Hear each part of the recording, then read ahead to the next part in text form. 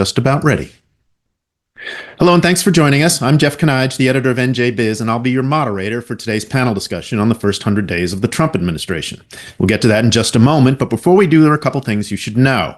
First, we're going to leave some time for questions. If you want to pose a question to our panel, just click on the Q&A button in the Zoom control bar, enter your question, and we'll get to as many as we can. Now, it's best if you don't ask anonymously. That way we can get you an answer via email if we run out of time in the program. We expect a lot of questions, so if you really want an answer, don't ask anonymously. Your fellow participants won't see your name. We will, but they won't. Oh, and if some of you submitted questions when you registered, we have those, and again, we'll get to as many as we can. Finally, today's discussion is being recorded, and you'll get a link to that recording via email within the next day or so.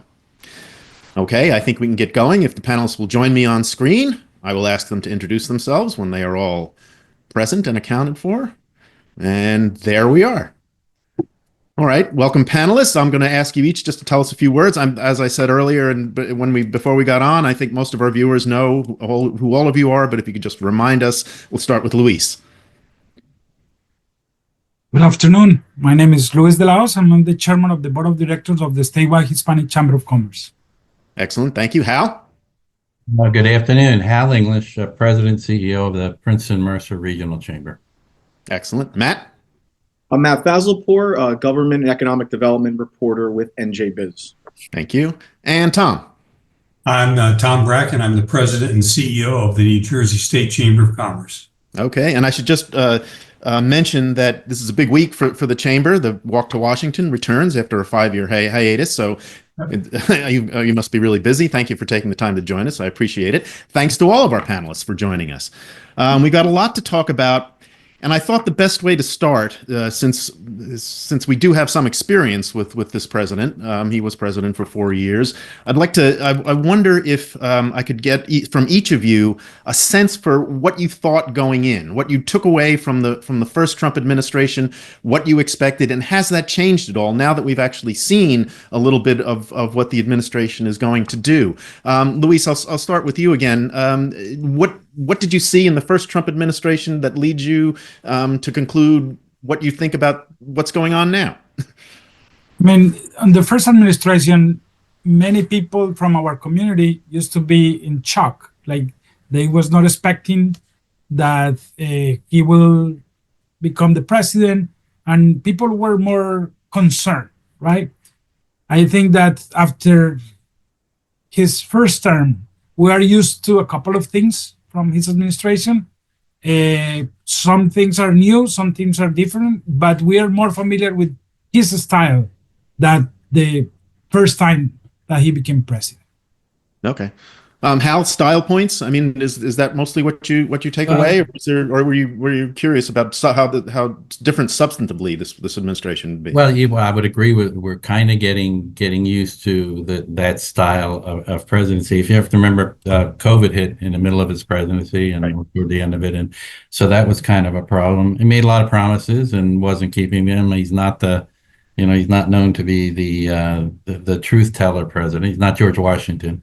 Right. This time, what we're seeing is exactly what he told us is what he's doing. So we know what to expect.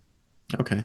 And Tom, that question too, but also in the first cabinet, there were several folks who were, at least, they may not have had government experience, but they were at least well known to the business community. Wilbur Ross, Rex Tillerson, Elaine Chao. I mean, there were folks there, Steve Mnuchin. There were folks who were familiar names and faces, at least. What are you seeing now? Again, what has your view changed of what you thought we were going to get?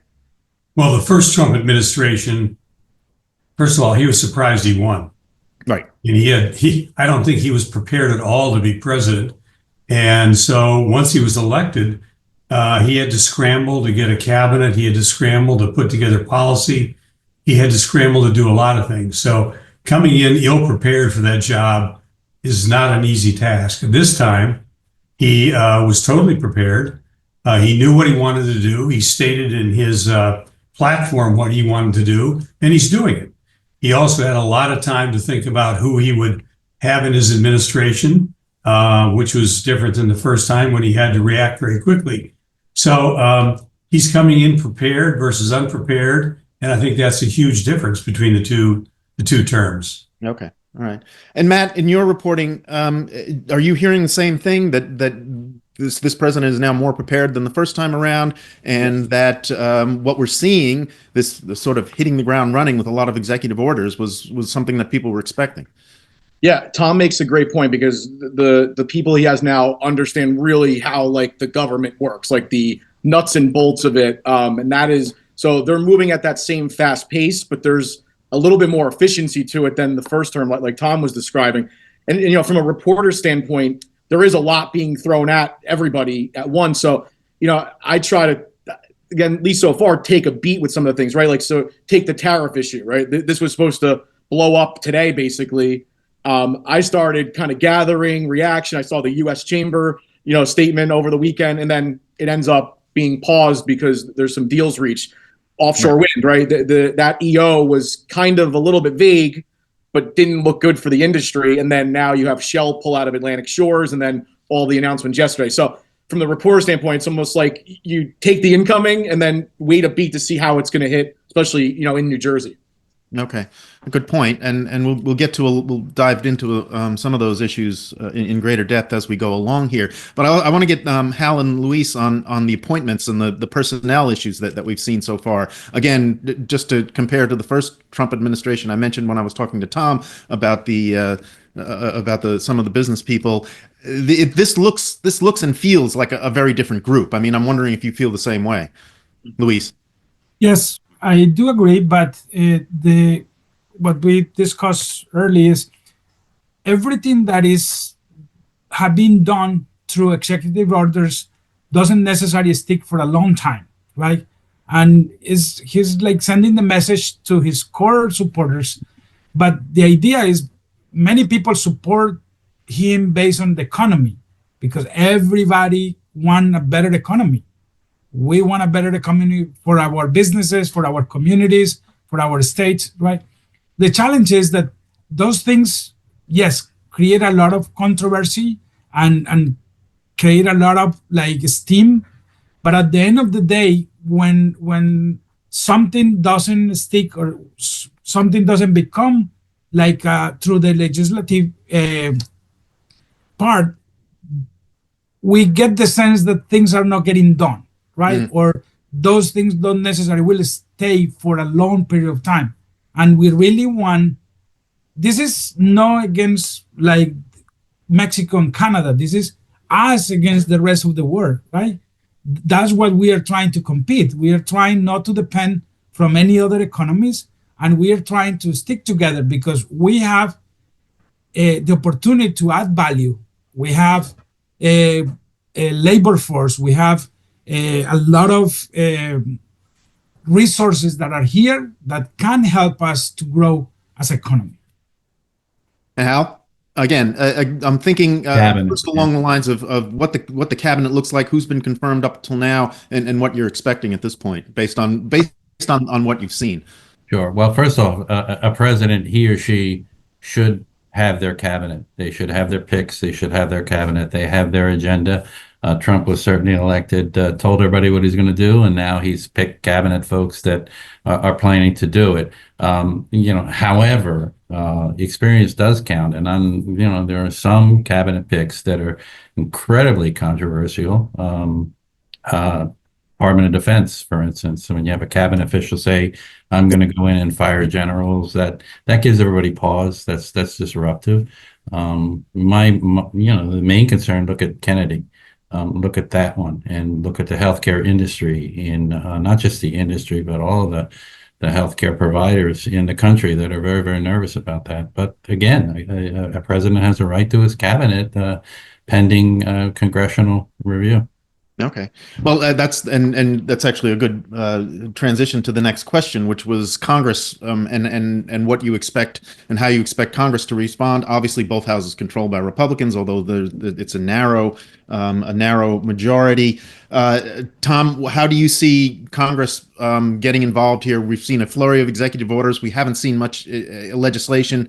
We haven't seen much in the way of priorities coming from the administration on legislation. Is this going to be the pattern that you think that we're going to see for the next 4 years, that the administration essentially just acts on its own, which is what he's been threatening all along? Not threatening, but what he's been promising all along. Congress is in turmoil, has been for many years. Yes, indeed. Well, that's a good point. Ineffective. They haven't been able to agree, even within their own party.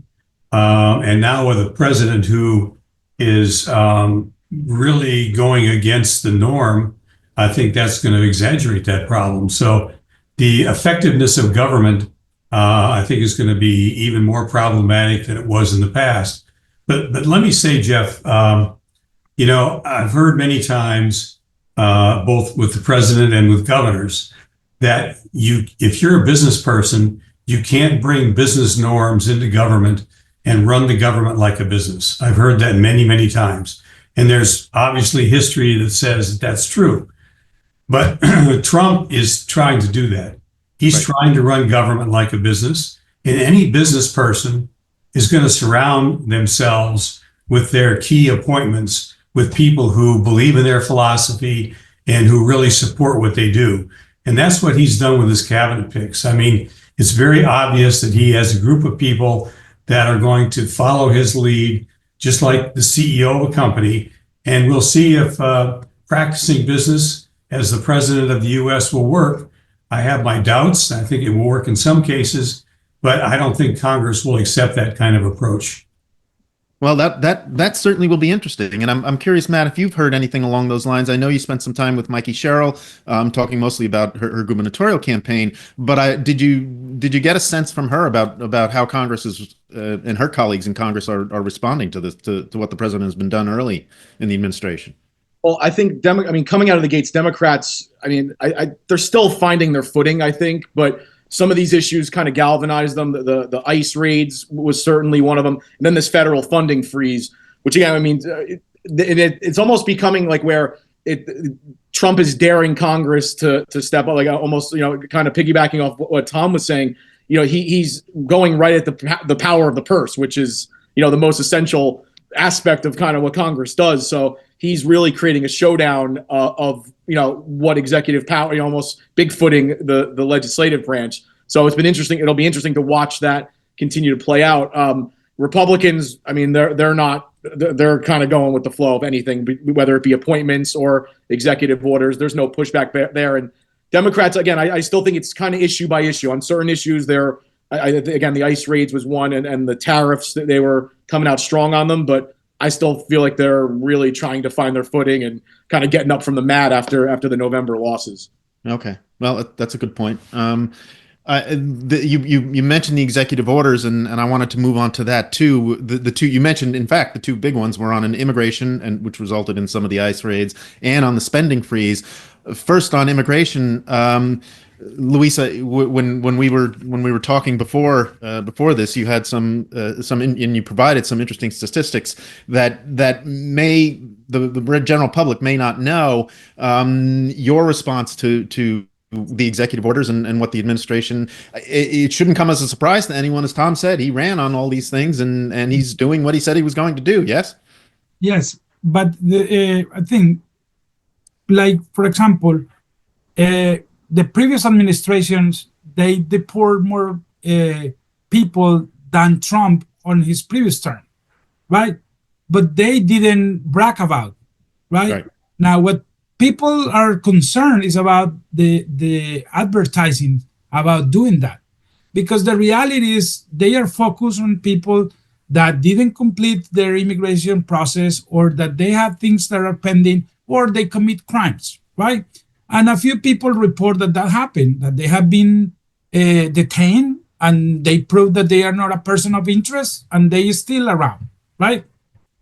The challenge is in many of the main street businesses, they are suffering because they don't have enough customers or enough employees. And we was talking about, for example, one industry that is the labor force is highly Hispanic, which is the roofing and general contracting, right? They are suffering a lot because they are trying to complete jobs that they have pending and they didn't have enough people to attract. Why? Because the ones that are documented, they are supporting the ones that are undocumented, right? And when people realize that that affects not only one community, but they affect the economy in general, that's when that become a problem. And the other thing is that, for example, on the tariffs, we know the data because we know that Mexico is our biggest trade partner, right?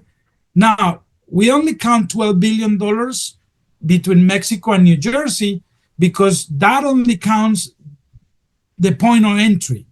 Right. Things that enter to Texas that ended in New Jersey and from New Jersey to the rest of the US only count on Texas. That's the main difference, right?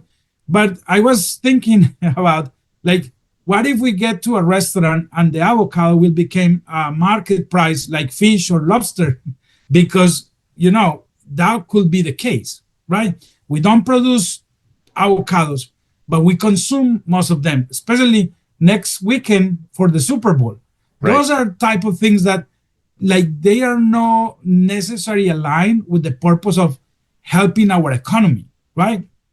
And we will need to find other places to bring products that we use. And also, it's not what we buy from them, it's also what we export to those countries, right? That are our natural partners. They are not far away and they can produce things that we don't necessarily produce here. That's the main point. Now, in the past, the only time that was a big, like, immigration adjustment was under a Republican president and under a Democratic Congress. We never know. Probably this conversation will end in something that we are not expecting. Hopefully will be the case. Okay. Now, and Hal and Tom, Luis brings up a good point. Hiring in general had been difficult for a while. I'm curious whether you're hearing from your members and from what in general what folks are talking about. Are they concerned at all about just the fact that deportations may take place, or B, the fact that companies may not know exactly what they're supposed to do in terms of hiring, especially in the industries that Luis mentioned, but also others. I mean, what do you do if you need folks and you're worried that you may get caught up in one of these raids, Hal? Well, my members are saying, actually, for the first time ever this year, we're going to do a job fair specifically for our members. They're the ones that are going to have the tables and do the interviews. And yeah, it was a problem before this, and of course it's a problem now. I went into an Hispanic restaurant yesterday that was empty at lunchtime, and it's usually not empty at lunchtime. So, you know, I don't know if that's a related issue. I'm sure it is. It's a problem. It is definitely going to be a problem. Fortunately, we're not in the picking season. I mean, this is an agricultural state. Construction, the roofing, as Luis mentioned, there are a lot of industries where there are ancillary folks, but even the legal immigrants are nervous and hiding. Our county clerk issued a press release last week that you now have to get an appointment to get a passport, because many Hispanics have flooded her area, legals who are eligible for a passport, smart enough to realize I better carry one around with me so that I don't get hassled, so that I can work and work in peace. But there are some where I don't know that it's as big an issue as, you know, TikTok is saying there's all these violent raids going on that I haven't seen, that I don't think our members have seen. I don't know if it's that, but it's going to be a huge issue. Okay. Huge issue, Yes. Tom? Very big issue. And I think the other thing, in addition to everything that Luis and Hal has said, what I'm hearing from companies is a lot of their employees are not showing up for work. They're afraid to come to work because they feel they'd be targeted. So, you know, I think everybody's been in restaurants and service organizations where they experienced a reduction in staff and slow service prior to this. This problem is exaggerating that. And the owners of those businesses are really kind of at a loss as to what to do, because if they do have the same amount of walk-in business, they don't have enough help. So they have people not showing up. They're having difficulty getting people to apply for jobs. And it's this big black cloud hanging over everybody's head. And I'm not sure how you get rid of it, because we all know that that's definitely the way Trump feels. Right. Luis, I'm sorry, you were about to say something. I cut you off. Yes, no, I'm sorry. I just want to add, because I did visit a Princeton restaurant this morning and was packed, right? But many of the people that serve, they spoke Spanish to me, right? And sometimes those that recognize me, they express their concerns, right? Now, the reality is that, yes, those business owners that are focused on the natural market, like if you are in a main street city that is mostly Hispanic, they will be like almost empty. Everybody's afraid. Like I used to call to a local bakery and because they will take 15 minutes to serve me. Now I can walk and basically get everything that I want.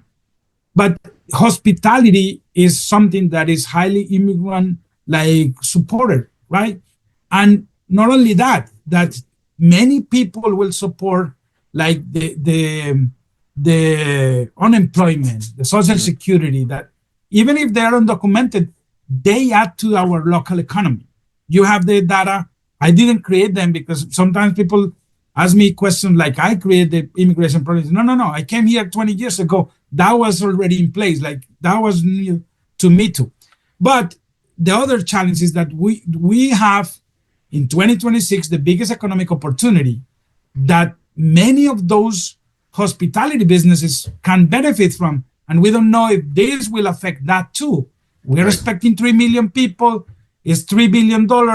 What if they decide not to come because they don't feel comfortable coming to the U.S.? Okay. Right. Well, Hey, Jeff, one thing about this issue I think that is kind of troublesome and hopefully worrisome is if this issue ever gets to the point of being violent, then we have a problem. I heard, probably everybody read about the governor saying, you know, he may bring in a person into his home and house them, Right. hopefully have somebody try to come and get them out, and he would fight it. So that's kind of throwing down the gauntlet a little bit. And I heard at the Democratic debate the other night, Ross Baraka, the mayor of Newark, very violently is talking about if this becomes the norm in Newark, he's going to do something about it. He didn't say what it was. So the violent backlash of this could be coming. And if it does, that's going to be very problematic. Okay. Oh, go ahead, Matt, because I was going to come to you next anyway, particularly about the question of Newark, because there was a raid in Newark just days after the organization that the mayor responded to very forcefully, as Tom said. Go ahead. Well, I think everything that Luis, Hal, and Tom mentioned kind of speak to Luis's original point of, you know, deportations have been going on, but the optics of it, the photo ops using military planes, I mean, it's meant to send a message, right? And then that message permeates to everything they're describing, that you have people, you know, going to get passports, you know, not showing up for work. And I think that's kind of, you know, the main point I'm seeing right now is just that the messaging and optics from the administration is really trying to make a certain point.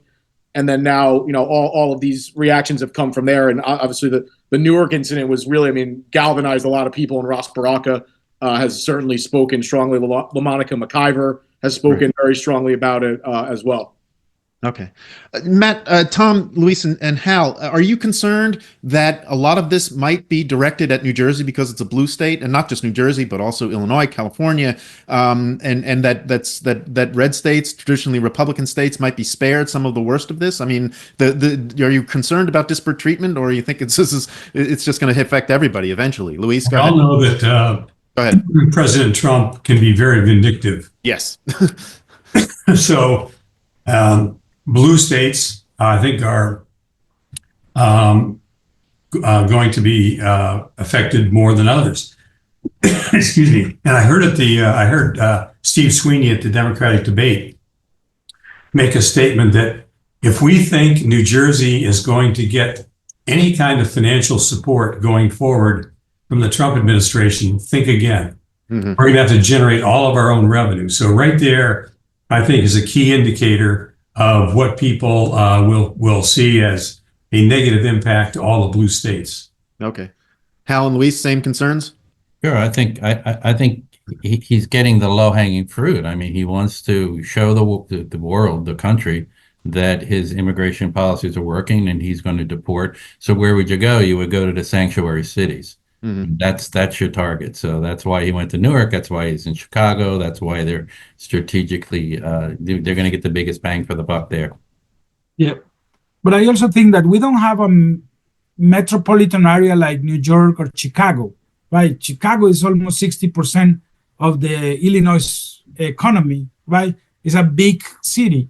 We have a lot of small cities, right, where the impact is not that big, but we do have cities that have 60 or 70% minority populations that they are more in fear than being affected. Now, for how long you can be in fear? You know, you can be in fear a week or two, but you get to the point that is like, okay, I have been in fear for a week or two, nothing happened. I need to go back to life like normal, right?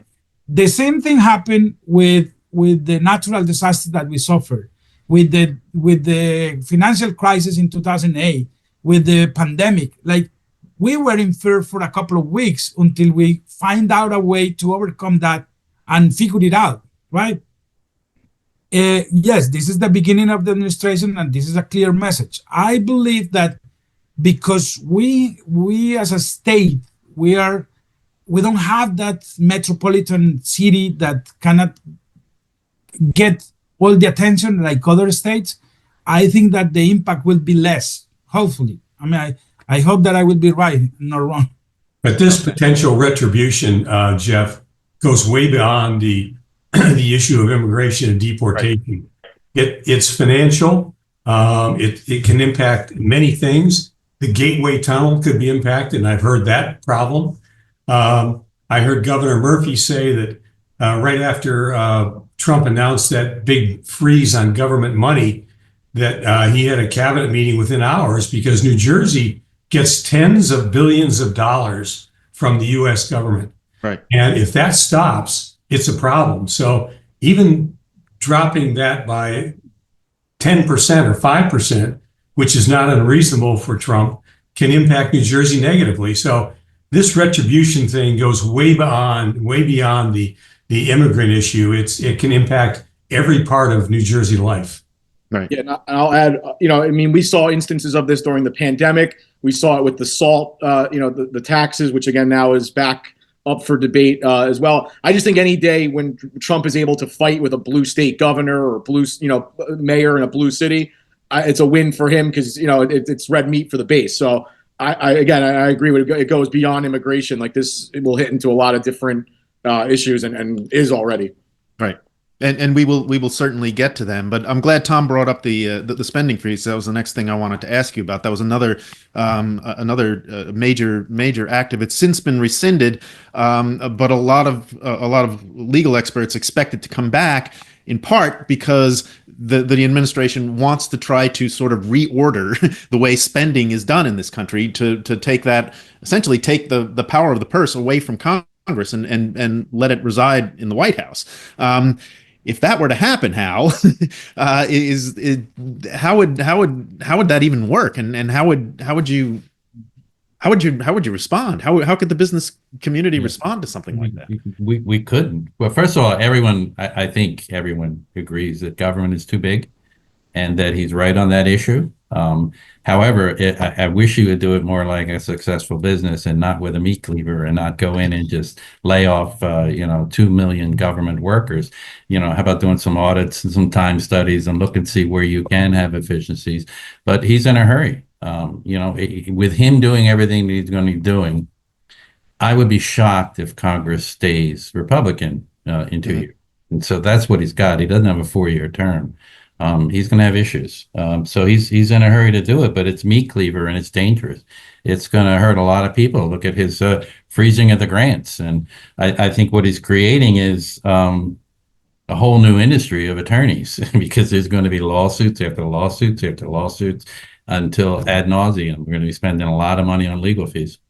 Right. Well, yes, and there has been litigation already, and that seems to be what it's inviting, Luis, is just instead of the usual process of sort of going to Congress and saying, here's a problem, let's fix it, let's do some appropriations and get money for it. The White House is just going to decide what to do, and then people all around the country will sue if they don't like the priorities. That doesn't seem like a good way of doing business. But check this out. For us, the government is the biggest customer in our economy. Right. They buy almost everything, right? And at every level, in DC, at the federal level, at the state level, at the county level, at the municipalities, right? And that's when we talk about access to new markets. That's why procurement was relevant for us, because if you are able to sell to the biggest customer in one economy, you almost made it, right? But he is making changes. Yes, from the business point of view, they are used to, but not even, like, I don't believe that any of our members can just ask the employees to resign, right? If you have more than X amount of employees, you need to get an authorization. You need to contact your labor department. Those are things that even someone that is brand new, or like me, that have been here for the past 21 years, we are aware of, right? The challenge is when people try to do things thinking that everything is applicable to the government, and they are not, right? And we probably will end up expending more money than the one that we will save if we don't do the right things. That's the biggest challenge. Hey, Jeff, one of the biggest potential problems with this is that New Jersey is going into a new budget, right, very weak financially. And we know they're going in with a budget structural deficit of anywhere from $2 to $4 billion. And if we get any significant cutback in federal funds, it's going to add to that. We have to constitutionally balance our budget. And where that money's going to come from, I'm not sure. I'm afraid I think I know where it might come from, which will even be a bigger dagger into the heart of the economy of our state. But we are going into this whole process with Trump and his potential cutback of blue states from a very weak position, and that's frightening.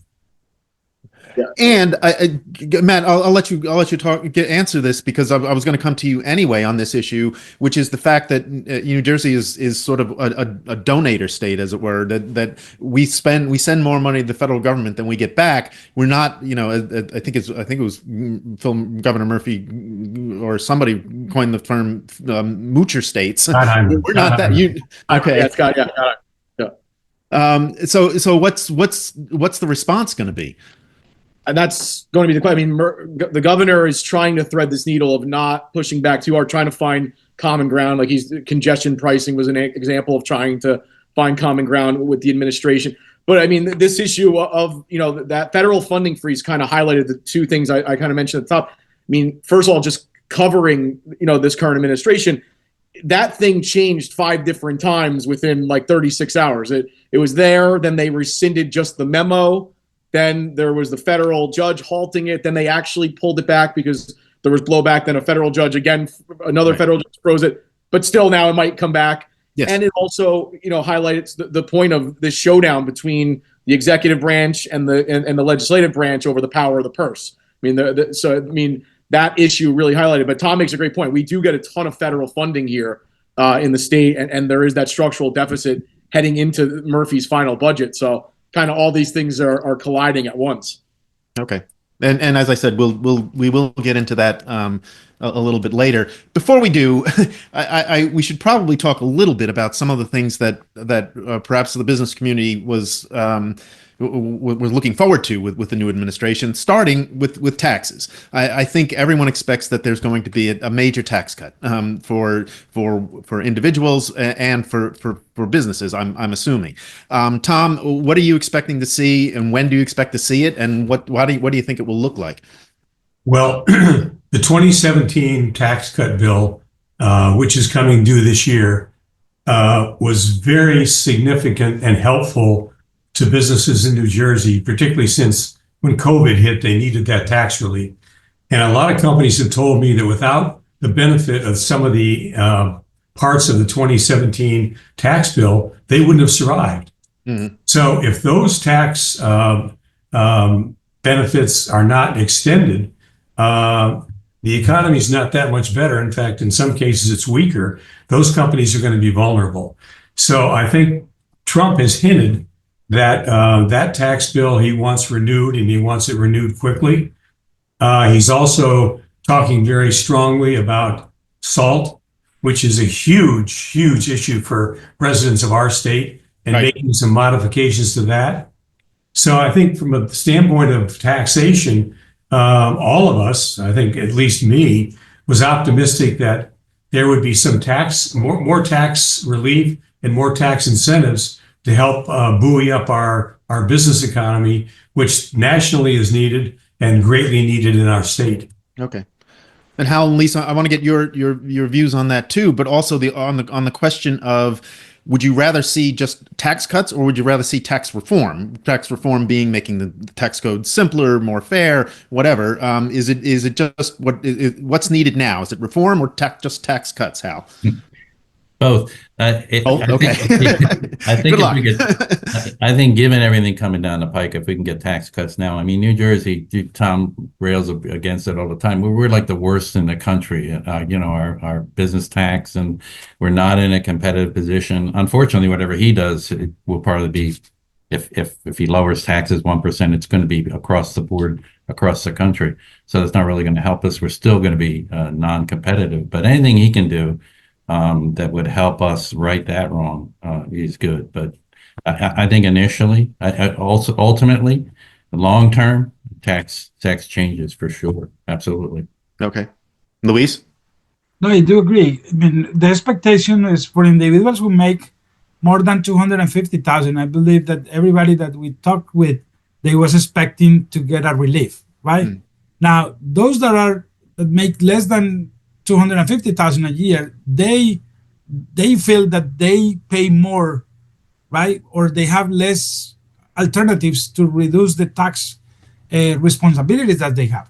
Now, on the business side, the concern was, yes, if everybody wants that they cut taxes, but we need those taxes to do other things. I mean, I remember that the first time that I heard that the national debt is basically a bet on the future, and could be AI or could be any other company that will be able to generate enough income that doesn't necessarily require the rest of the population to afford what we owe, right? That will be a good alternative.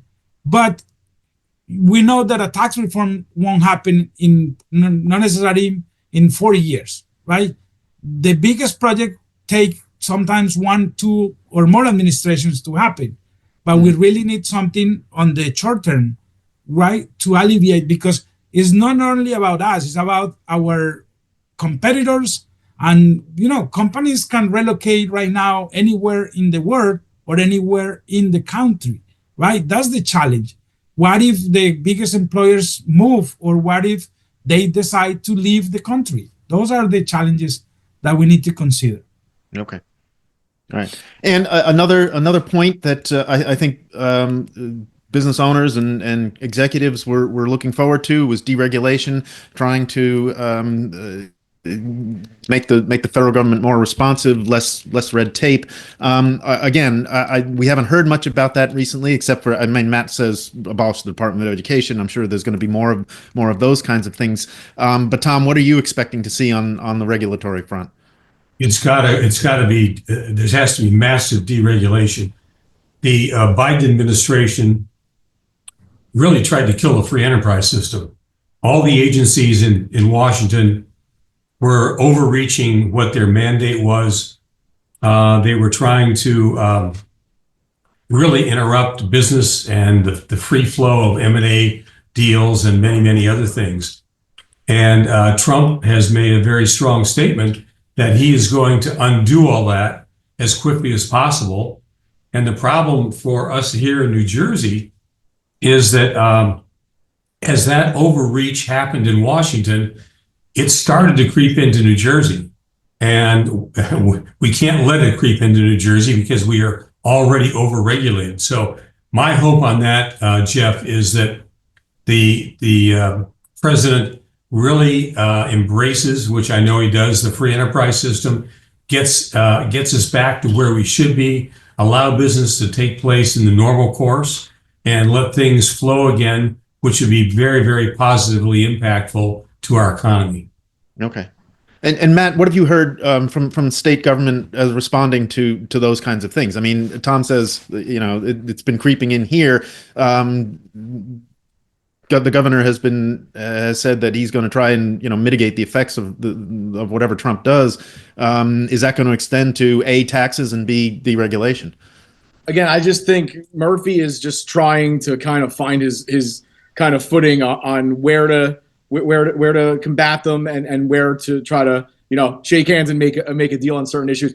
The deregulation front, Trump either just signed it or is going to do one of those executive orders where for every new regulation you get rid of like 5 or 10 regulations. I know that was something he's been talking about, but I'm expecting a lot of movement on the tax and regulation front. And the SALT issue, I'm still I was going to be the one to watch very closely in terms of taxes because of the tight margin in Congress, you have a few members, especially from red states, who look at the SALT cap as the SALT deduction as a giveaway to the blue states. So you're going to have that battle is forming. But I mean, Trump is going to put together either, right, they said one big bill or two bills on taxes, energy, border, kind of everything, all at once. Okay.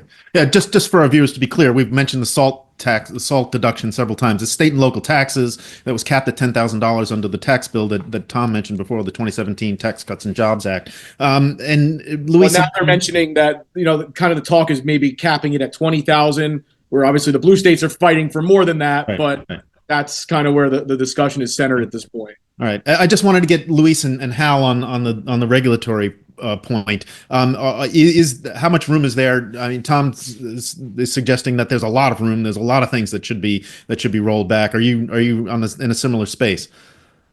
I am. I totally agree with Tom. And my fear is, and I think he started touching on it, and I think you did, that I'm afraid that it's going to be tit for tat, that whatever Trump does that would help businesses, that in the state of New Jersey, we may do something to counteract it that may wash it out or hurt it. And so I really don't want to see and hope that that's not the plan, is to whatever's done federally, we're going to either undo it or that could be very disruptive.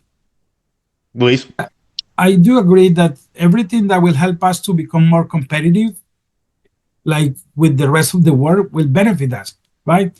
The challenge is that sometimes the only way that a problem can be not necessarily solved, but can be addressed is through like regulations, right?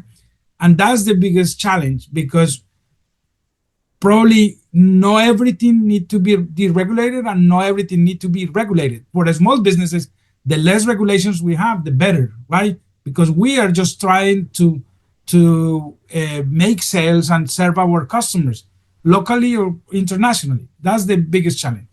Now, other subjects, I mean, I'm concerned about the access to capital, which is the biggest or the most important need for any business, regardless of the size, right?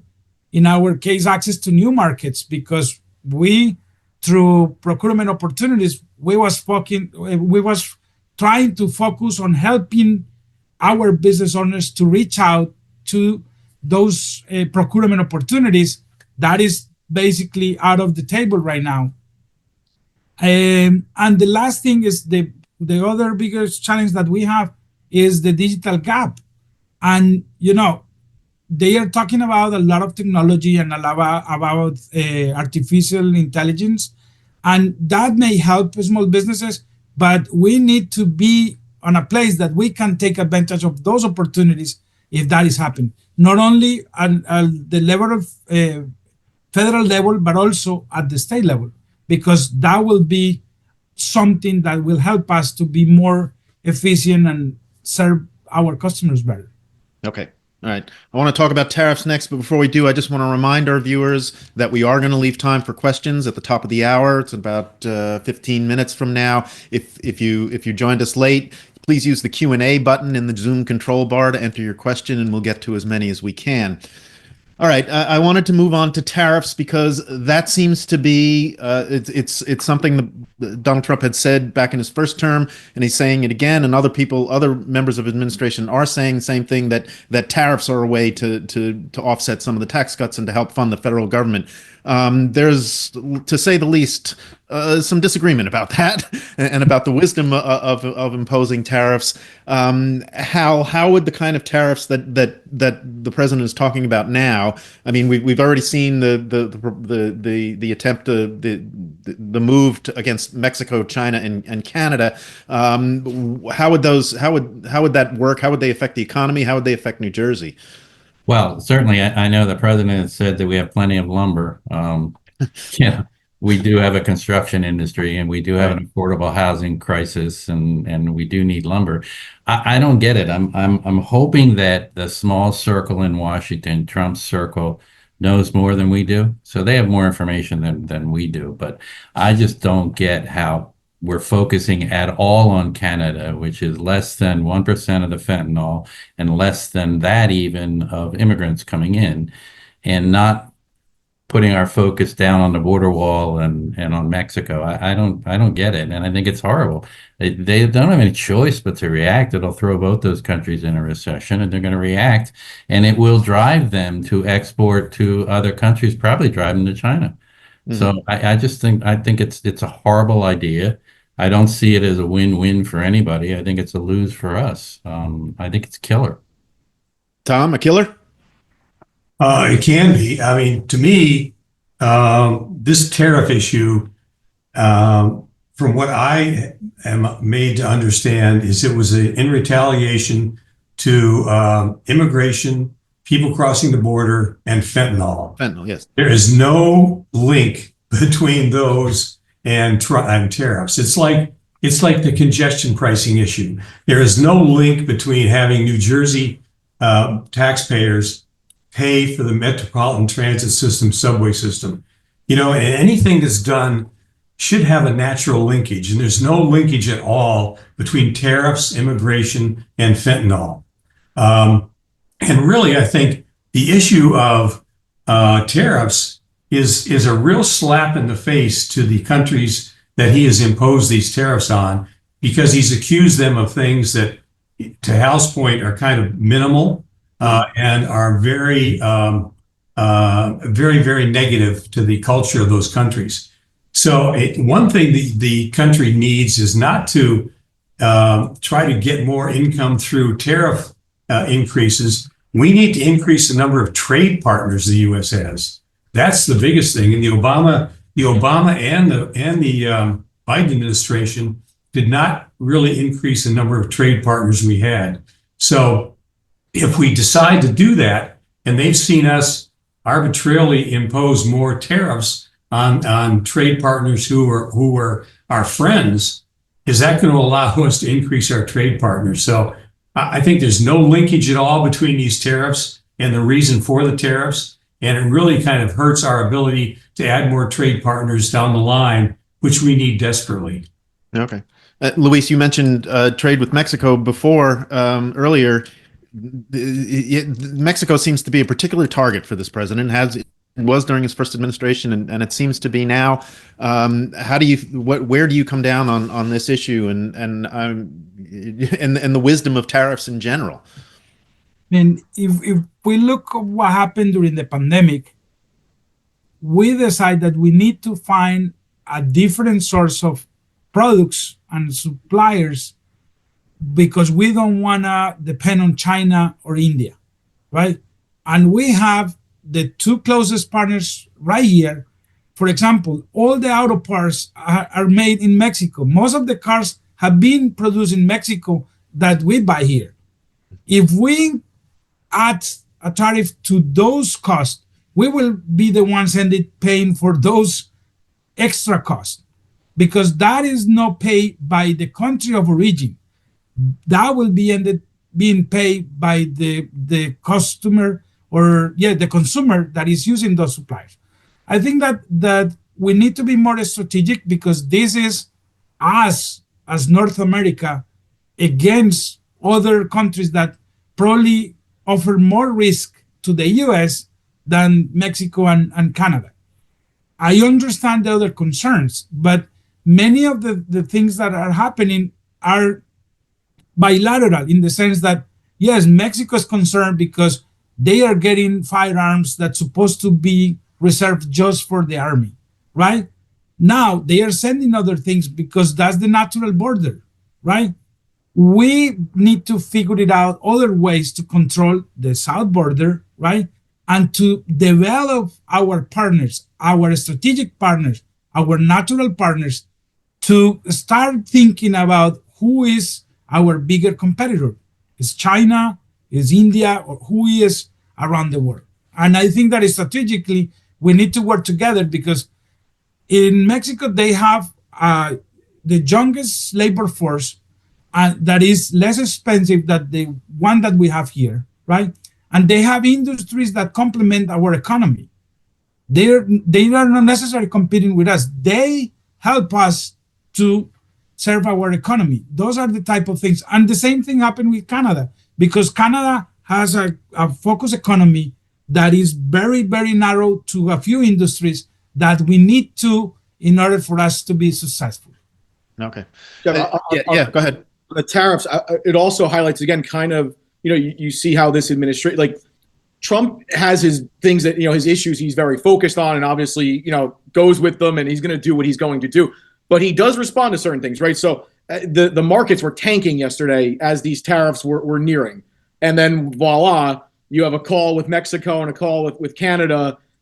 They didn't make, a lot of these concessions had kind of been made already previously. They didn't, there was nothing earth shattering that happened there, but Trump was getting a lot of backlash clearly from business leaders, from the markets, and then reverse course. But again, the messaging to his base is that, okay, I followed through on this promise. We got something out of it, and to deal with these issues, and pause it, and maybe it comes back, and now we'll move on to the next thing. But it kind of highlighted how this administration works tonight. But he does respond to the stock market like that. The markets were dipping dramatically, and then this thing changed course midday yesterday.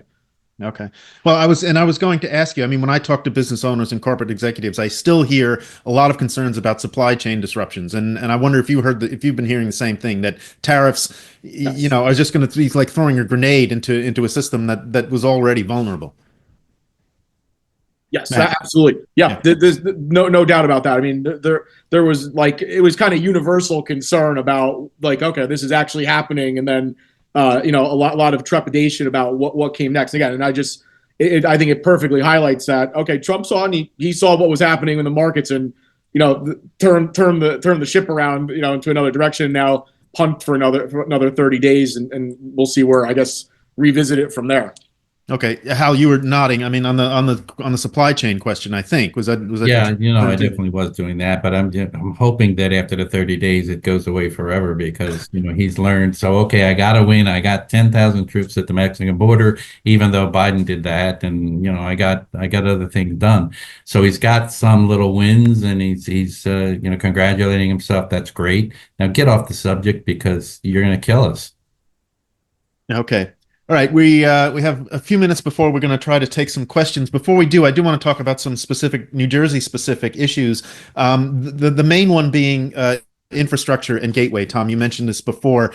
And Matt can, I think, vouch for this in our discussions with folks at the Gateway Development Commission. They seem to feel that all the funding that they need is in place, and that there are enough stakes in the ground now so that it's going to be insulated from delays, from a hostile administration. What do you see? What do you hear about the fate of what has been called the most important infrastructure project in the country?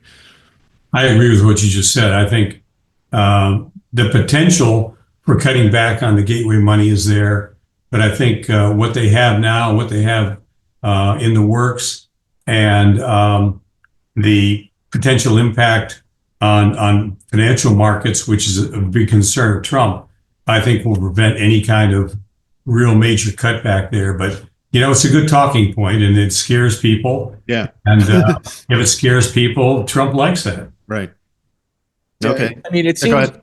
it seems to still be on track. There's nothing I've heard that, but again, you have a lot of, Trump people and Elon Musk, this Doge initiative where they're in the payment systems, right? Like, so if they're really in the weeds, if you really want to disrupt things, but I think the money is appropriated. It's far enough along. They just did another $1 billion contract award yesterday at their meeting for a big component of the project. So, right. I mean, to blow it up now would, there's construction on both sides of the river and in the river itself would really be a substantial step. But to Tom's point, I mean, just even like the mention of it, kind of keeps things stirring up. So, but at this point, it seems like it's far enough along to be insulated, but we will see. Okay. From your lips to God's ears. I mean, it's $3.8 billion federal grant, and I don't know that we have the money in hand. And so, again, going back to the red state, blue state, and especially New York, which has a bullseye on it. Right. It's really, really scary. That's such a huge issue for us. But the entire project is $16 billion. So if that money is secured up, and we've already started as an arch up, it should be, hopefully, but I'm nervous about it. Right, and I mean, you're right. The money isn't in hand, but the way it was described to me was that it's a contractual obligation, and contracts, are binding until they're not, as any lawyer can tell you. Luis and Hal, Gateway project in particular, and infrastructure spending in general. Are you concerned about major cutbacks there and what that could look like for the state? Luis? I was waiting for Hal, but yes, that infrastructure is always a big component of our economy, and sometimes infrastructure is what basically improve our economy because they spend money, they bring a lot of people to work, and those are projects that are needed. We are perfect located, but everybody needs to pass through New Jersey if you're coming from the south and from the west and you are going to New York, right? We really need it because we are 40 minutes away from Newark to Manhattan, but could take 2 hours, in the rush hour on a few times during the day. And everything that will help us to attract investments and will help us to attract visitors. And those are other components of our economy that can help us a lot. Now, instead, I mean, as a big soccer fan, I am concerned about what this could impact on the World Cup, because that's something that we believe is only happening once in our lifetime, right? But it's the opportunity for us to attract people that hopefully will help us to attract more people in the future. Right, and and the example of the Super Bowl being played at the Meadowlands a few years ago, and all the transportation problems that were attendant there is a sober warning. Matt mentioned wind power. I wanted to go there before we get to questions, because that was something, the wind power industry was something that was supposed to help the economy, particularly in South Jersey, to diversify, to just bring a new revenue stream in, new economic development. That looks now to be almost completely dead. Am I right about that, Matt? It's on life support. I mean, the back-to-back announcements yesterday on the no bids awarded in the solicitation, and the strategic review of the wind port, which they basically were saying that they are looking to use it for alternative means. Those are two pretty major announcements on the heels of Shell pulling out. I mean, and Murphy's statement kind of acknowledged that it's a rough time for the sector. Okay. And Jeff, the wind, it's dead. I agree with that. And the impact it has on our green economy is one thing. But to me, the biggest problem with the demise of wind is that it was going to be what enabled the revival of the South Jersey economy. It was going to employ thousands of people, help all the local municipalities. It was touted as one of the best things that could happen for our state economically in South Jersey. That's gone. Mhm. I ran a bank in South Jersey, and I know the devastation, and I know the significant deficiencies of the economy down there. This is going to bring this back to where it was, and there's a lot of support that our next governor is going to have to give to South Jersey because of the demise of the wind industry down there. Yeah, and I would add, I mean, that I talked to the administration and all the stakeholders involved in all these projects, like Tom has, I'm sure. And I mean, that was really the thing. I mean, this was supposed to be like the wind port, in addition to the farms off the coast, in South Jersey. I mean, this was supposed to be the logistical hub, the kind of where for the whole eastern seaboard. So that's a pretty major development. New Jersey was positioned to be a logistical leader in this, and now kind of everything up in the air. Okay. Well, Hal, you're from the old 609 area code, so what do you think about all of this? Well, I think that it's certainly dead, but there goes Governor Murphy's 100% clean energy by 2035 right out the window. And we knew that wasn't going to happen anyway. Tim Sullivan, the CEO of the Economic Development Authority, has said, we got to look at that. We have to do something down there to make up for this. And of course, I don't think they're going to find anything in this day and age and what's going on between Washington and, as Tom mentioned, our budget. Anything miraculous is going to happen, but who knows? Who knows? It's a shame. Okay. The biggest concern is that the energy consumption supposed to duplicate in the next 10 years. And we need to figure it out a way that we will be able to produce that energy in any way. And we don't have enough space to have like big solar farms or any other alternative. And we cannot expect that the government will put a big project that will take 10 or more years to get in place and get finance and deploy in order for us to do that. I think that that's the concern about that. And I was there. I believe I recorded the Hispanic video to promote that project. Personally, is something very difficult to swallow because it's relevant for not only for New Jersey, but also for the south part of New Jersey. I was expecting that was able to attract other investors and other people to the south part of New Jersey that they really needed. Okay. And also, the one more point: the sure. Atlantic Shores stands ready to make it happen. They're even with all that's happened, Yes. yesterday, and they're saying, no, we're not walking away. We will figure this out. So let's put our hopes on that. Hell, I've heard that exact feedback from them, that they are still. The CEO of that company had to say that because it was a major defeat, and he has to try to keep his employees buoyed up.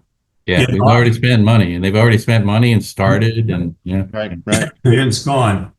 Yeah, I mean that's again maybe this, not a good omen for Gateway. As you said, there had already been a lot of money spent, and work had already started, and it looks like it's done. So, okay, we are a little after the top of the hour, and so I wanted to go to questions, and particularly because I was going to get to this anyway. This question: what effect do you expect the new administration and policies to have on pharmaceutical companies and integrated health systems?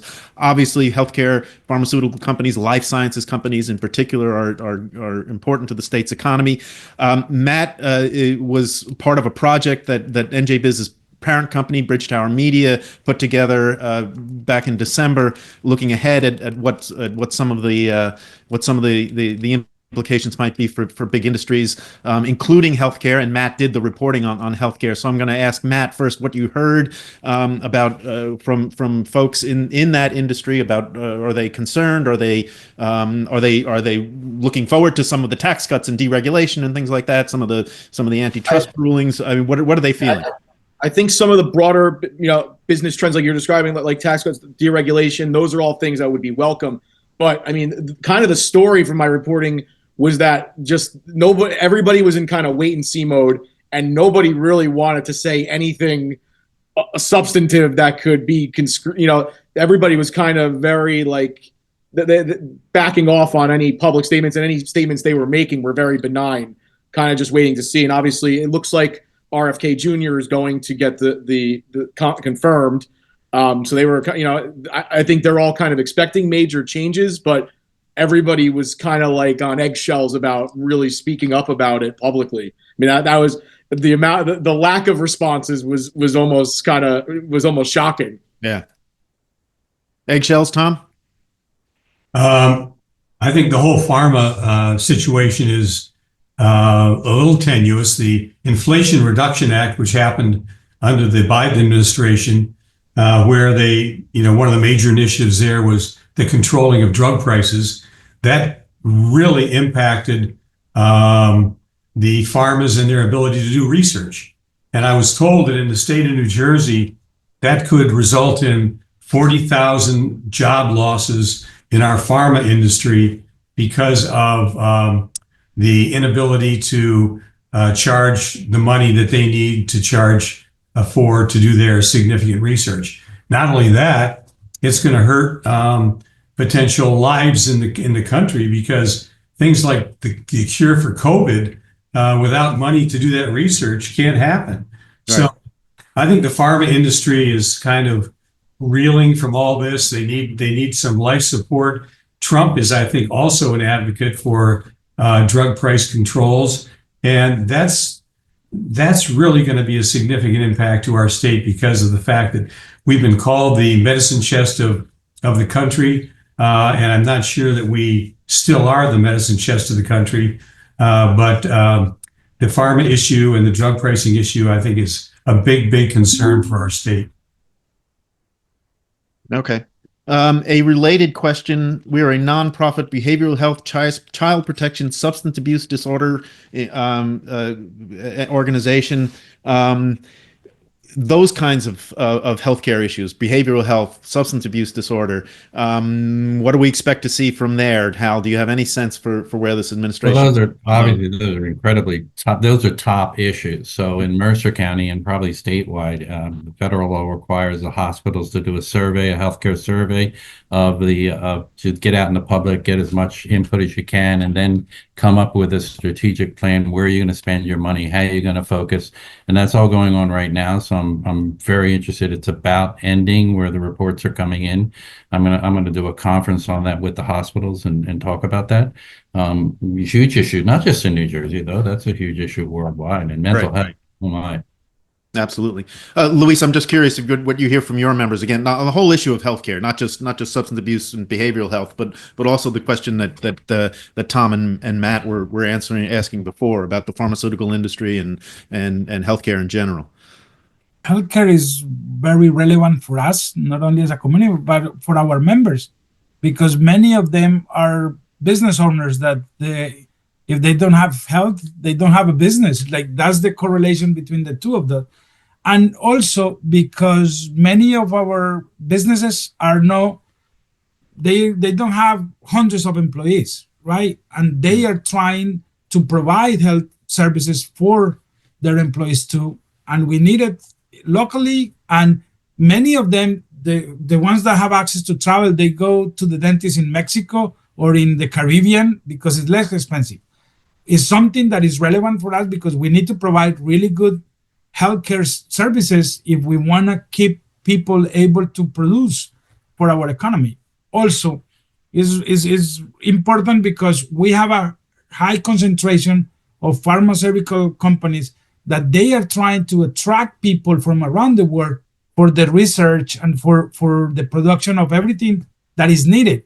We need to be competitive, and we need to be like a destination for those individuals to come and produce what they know what to do.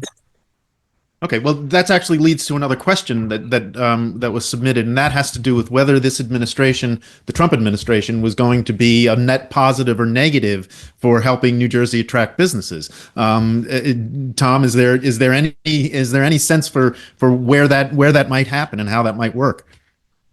I think whether New Jersey is attractive to new businesses, that ball is in our court. I think we have a lot of things we can do in the state to take advantage of our demographics, the enormous assets we have in our location, to really improve our economy and to make this more of a desired business destination. So I'm sure that the federal government can help in some ways, but I think that ball is definitely in our court, and we need to take advantage of that. Okay. Hal, ball in our court? Oh my gosh, yeah, absolutely. Yes. It's here, all politics local, all the development. It's going to be here. We're going to do it ourselves. And Pharma's not here because they like New Jersey. I mean, it's location, but it's because the greater number of scientists and the like are here more than anywhere else in the world, and that's why they're here. So if we can expand on that in the pharma industry, that would be great. Okay. We have a question about antitrust. Tom, you alluded to this before, talking about the Biden administration and its attitude toward M&A. It sounds like this administration is going to be more open to that. Are you getting the same impression? Oh, I think absolutely it will. I mean, that's Trump. I mean, that's what business is all about, and that's what drives the economy. That's what drives the stock market. It's a big contributor to what I think his overall goal is, which is to make this country an economic powerhouse again. So the less regular, or the more natural that market is, as opposed to the artificial impediments the Biden administration put on that whole industry, the better off everybody is. And I absolutely think Trump will follow that. Okay. We have a couple of questions, two questions, one submitted, one from a viewer, one on ESG and the other on DEI and what's going to happen with those. DEI in particular has been, and by that I mean, of course, diversity, equity, and inclusion. Those policies have been part of and sort of an uncontroversial part for years of doing business in this state, and now it seems like it's a dirty word. Luis, what do you think is the future for DEI, ESG, or any sort of other sort of program that is designed to increase inclusion? I mean, we see that some companies decide to align with what the president is saying, and some companies decide to keep doing what they're doing without promoting that, right? But at the end of the day, it's common sense. If you own a business that has a diverse market or a diverse demographic, you want to continue trying to do business with the demographics that you are doing business with. Exactly. The demographics that are growing, the demographics that are generating wealth, right?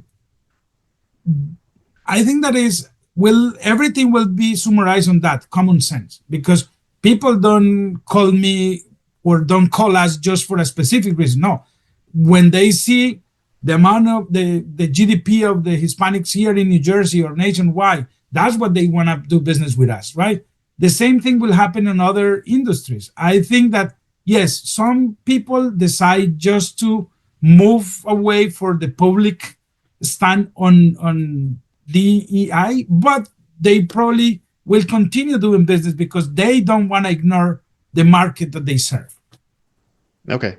Now, and Tom and Hal, it's been sort of an article of faith, and not even faith, but actual research that companies with diverse leadership tend to perform financially better than others. I mean, there's a lot of research that shows that. Hal, is that research going to trump, no pun intended, what the backlash to these kinds of programs that we're seeing now? And it's not just a sort of a rhetorical backlash. They're actually trying to take actions to stop these kinds of things from happening. I think that, and we have companies that, just like Luis and I'm sure Tom, that have run away and said, look, that it's a dirty word now. Right.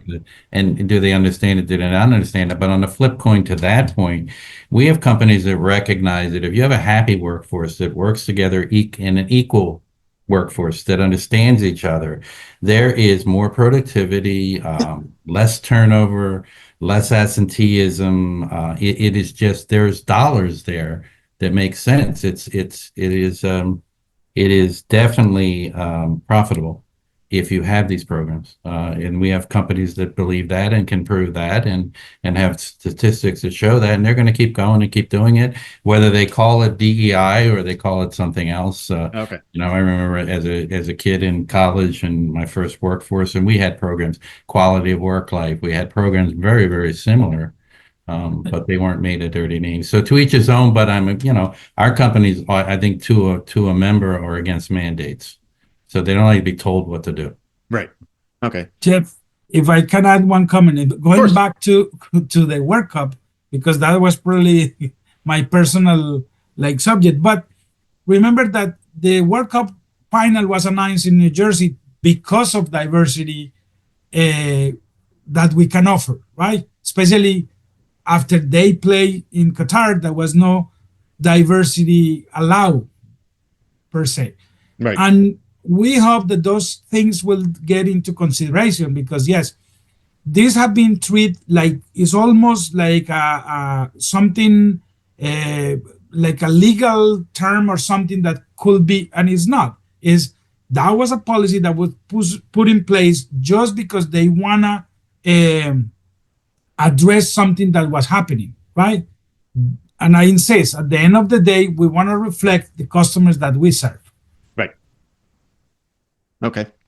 Tom, did you want to add anything to that? Because I am curious, just if you agree with what Hal said, that companies that are going to pursue these policies because they make sense from a business perspective, and not because they're being told to do it or because it's something that makes them look better.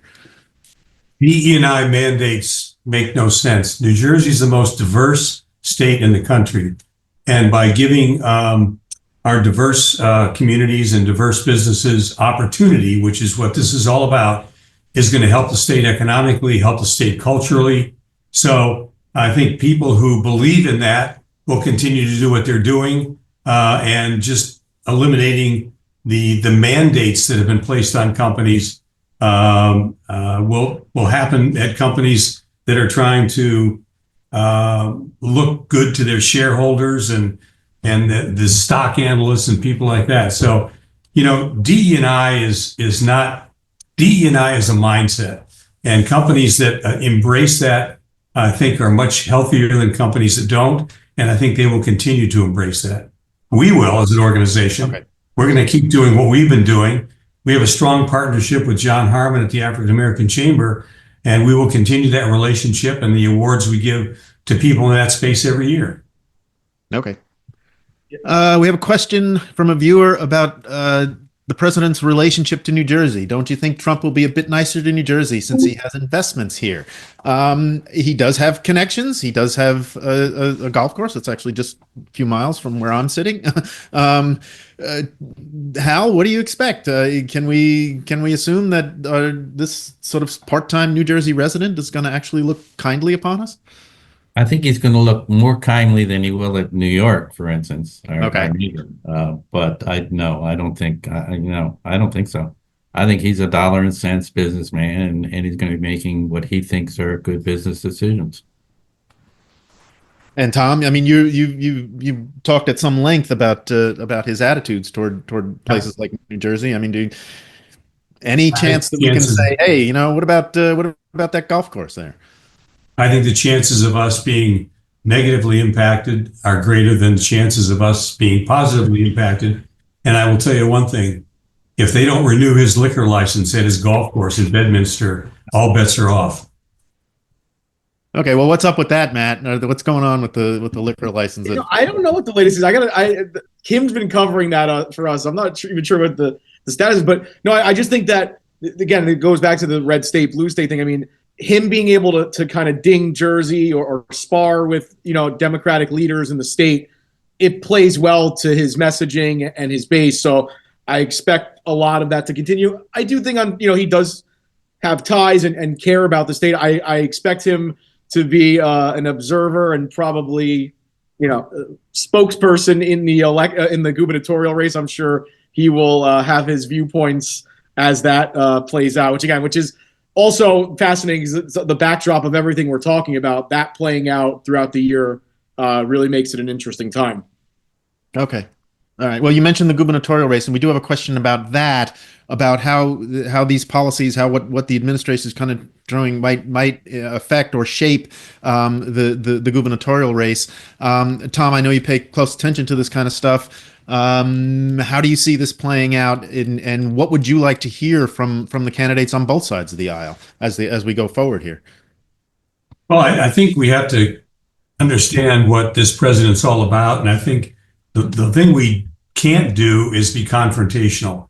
I mean, I think we need to understand what his motivations are, his mandates are, and try to work them in as much as possible without creating an antagonistic atmosphere with Trump, because he's the kind of person that likes to get revenge, and revenge can hurt us dramatically because of the weakened state that we're in, which I mentioned earlier. So, I think there's a lot of wait and see going on with our candidates. At the Democratic debate the other night, there was not a lot of dialogue about Trump, although there was some. But as I said earlier, I think maybe I didn't say this, but I will say it again. The most impactful comment made in the entire gubernatorial debate that I heard was Steve Sweeney saying, if we think we're going to get money from Washington in the next 4 years, think again. Right. So we have to use that as a backdrop and try to make sure that that gets better and not worse. And being confrontational will make that worse. Okay. We are running near the end, and I do want to give everyone a chance to offer some final thoughts, but I think we have time for at least one more question, and this one has to do with small businesses and what they can expect. I'm curious, especially to hear from Hal and Luis on this question. Have you seen or heard anything that would suggest that small businesses have something to look forward to, or should be worried? Hal, start with you. I think to a company, they're worried. But it's a wait and see. It's not let's jump out the window. Although the freezing of the nonprofit grants had folks jumping out the window. I think it's just a wait and see. It's too early. This is I don't know if it's a whirlwind or a whirlpool, but this is the fastest 2 weeks I've ever seen in my life. Talk about 100 days. Right. It's crazy. So we just got to wait and let the smoke clear and see what happens and pick up the pieces. Right. I was talking to one of my colleagues about this panel and referred to it total Freudian slip as the first 100 years program. So yeah, good. And Jeff, let me take a second Yes. on the other one, in the gubernatorial race, because I heard the debate as well. And Mickey Sherrill hit on something. And this is not from now to the Democrat primary anyway. It's going to be different. I don't think they're going to be running anti-Trump, and the electorate is so tired of fighting, and I don't think you're going to see that. I think you're going to see some positive issues that's going to help solve some of the pain. I think they're going to actually run decent campaigns. okay, Luis, I wanted to hear you first on that if you'd like, and then on small businesses as a just waiting and seeing. What do you think? No, let me start from small businesses, because the majority of our members are not only small businesses, but they are micro businesses. They have less than 10 full-time employees, and the biggest challenges are access to capital, access to new markets, access to networks, and the digital divide. Right. In some instances, we are optimistic because we believe that some things will help, but we try to balance if the overall performance will be better for us or not. Now, the reality is that we approach this the same way that we approach the financial crisis, the natural disasters, the pandemic. That is, we have two options: do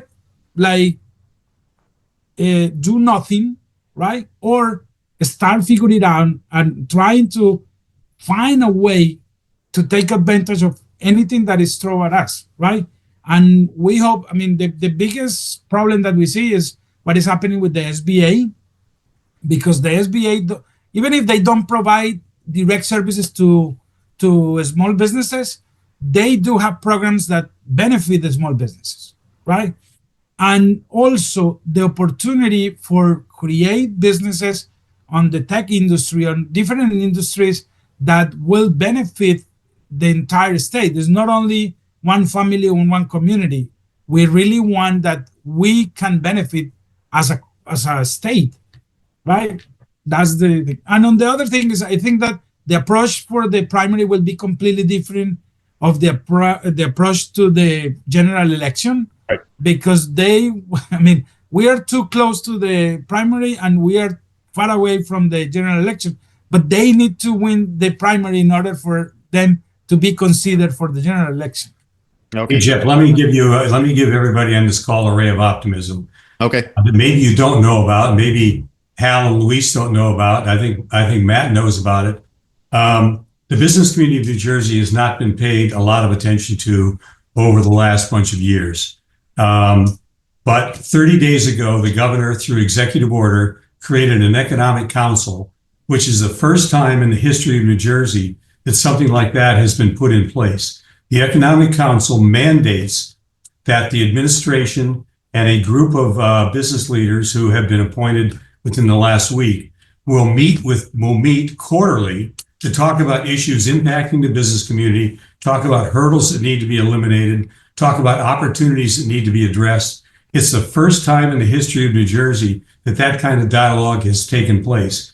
I think it's going to help. It's going to definitely help. How much will be how effective that council is, but it's a mechanism that has never been in place before that can have big benefits if done right. Okay. All right. We are almost out of time, but I do want to give everyone a chance to take one more shot at the issues that we've talked about, or just to reiterate anything that we may have missed. I'll start with Matt. No, I appreciate the opportunity. This was a great discussion with a great group of panelists. I mean, it's just a fascinating time, right? You just have the collision, final year of Governor Murphy, his final budget, which, as we've mentioned, is tight this year, Trump 2.0, and the gubernatorial race. So I just think it's a fascinating time in this state, and an impactful time, right? That's going to kind of set the stage for the next 5 to 10 years. Okay. Luis? We just want to tell our business owners that we are here to help them to figure it out, right? That yes, it's a stress that happened early in the morning. By noon, a lot of things change and they are no longer in place, and we just need to get used to. Hopefully, we will be able to get a better understanding about what the administration is looking to achieve in the next few months. And probably we will need to regroup and have a different conversation a few months from now to see what we was expecting and what is really in place. All right. Not a bad idea. Maybe we'll take you up on that. Hal, final thoughts from you? Yeah, I think that if you have an issue that's near and dear to you and it's affecting you negatively, this country was built on standing up and speaking your mind and talking about it. And the same I'd like to see on the other side. If it's affecting you positively, let us know. Talk to us and cheer it if something is good. And not everything is bad, not everything is good, but hang on for the whirlwind. Okay. Tom, that means you get the final word. Well, what I would say is that we're about to elect a new governor, and we need to elect somebody who can unite people and who can promote good, solid communication amongst all the parties of New Jersey that are engaged, especially in the business community. We need to have open dialogue. We need to have constructive dialogue. If we don't have that, based on the current condition of our economy, the upcoming budget, which is going to be problematic, and the potential of Trump hurting us economically, we have a very perilous future.